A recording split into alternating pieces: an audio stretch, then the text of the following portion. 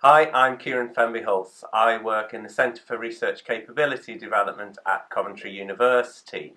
This is my second vlog and it's going to focus on conferencing and networking. We ran a session last week on this, and this is going to cover some of the key points I think that came out of the session.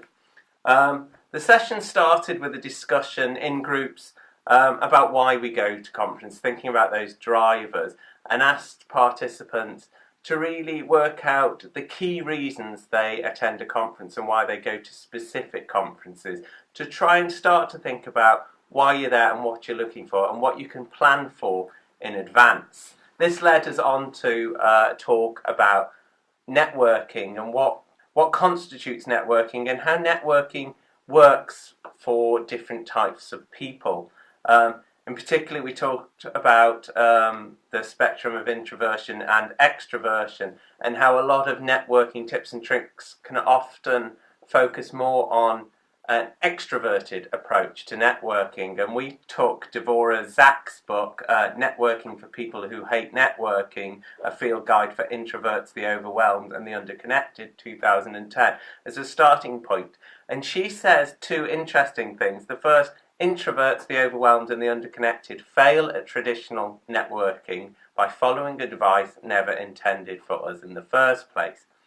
And the second question she poses, which I think is really interesting, is what if we reframe networking as an opportunity to create meaningful connections requiring skills such as listening, focus and depth?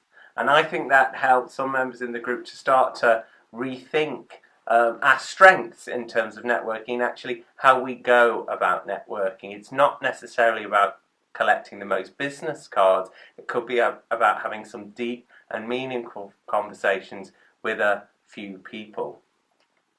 Following that discussion, we started to speak about conversation starters and how to get people engaged in your work and your research. And in particular, we focused on the why question.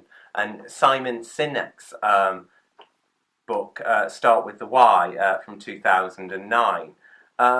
What Simon Sinek argues is people don't buy what you do, they buy why you do it. And he uses Apple as an example.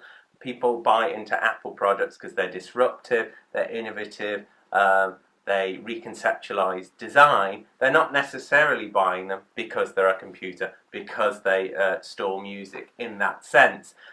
Whereas a company like Dell, for example, is about high-performance computing. So he says companies can go a step further by allowing their consumers to think about why they do what they do, as opposed to simply what they do. Now, can that translate into research in the way we think? And so we started to explore, what if we wrote an elevator pitch? So a pitch you could use for someone you've not met before, 30 seconds or so, about your work. And I asked them to write statements starting with the why, not with the what and how. And that's not easy to do, actually. You've got to think about what motivates you, your passions, your experience, why people should care about your work. Then you move on to how you go about doing your research and what your research involves. And with all my sessions, I tasked myself to do it first. And so I had a go at writing mine, which I publicised on my blog. And mine starts with, I strongly believe that research should be an inclusive, collaborative and creative endeavour. The 21st century has witnessed significant changes in the research and innovation ecosystem. The recent focus, for instance, on efficiency, innovation, interdisciplinarity and internationalisation has led to significant changes in how research is undertaken, how research is valued and how research is supported and managed. So this is my first attempt at starting with the why. I then move on to the what.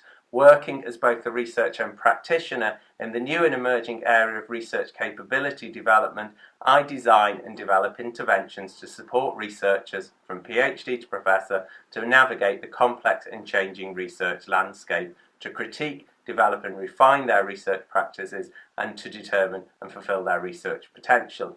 And it goes on. The point there is, it was quite an interesting challenge for me to go back to that a very basic question of why do I do what I do?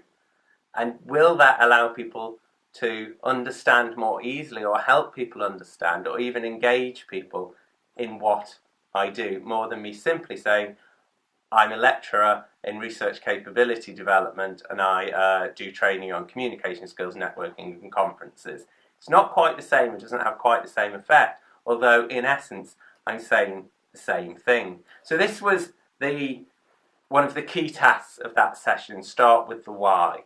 And so I would ask you now to perhaps go and think about why you do your research, and to think about how you might explain the why of your research before the what. And I'd be very interested in getting your statements, your approaches, and seeing them come through on Twitter at Dr. K. Fenby-Hulse.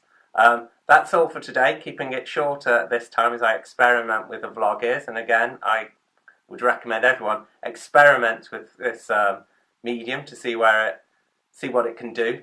So that's it for now. Thank you.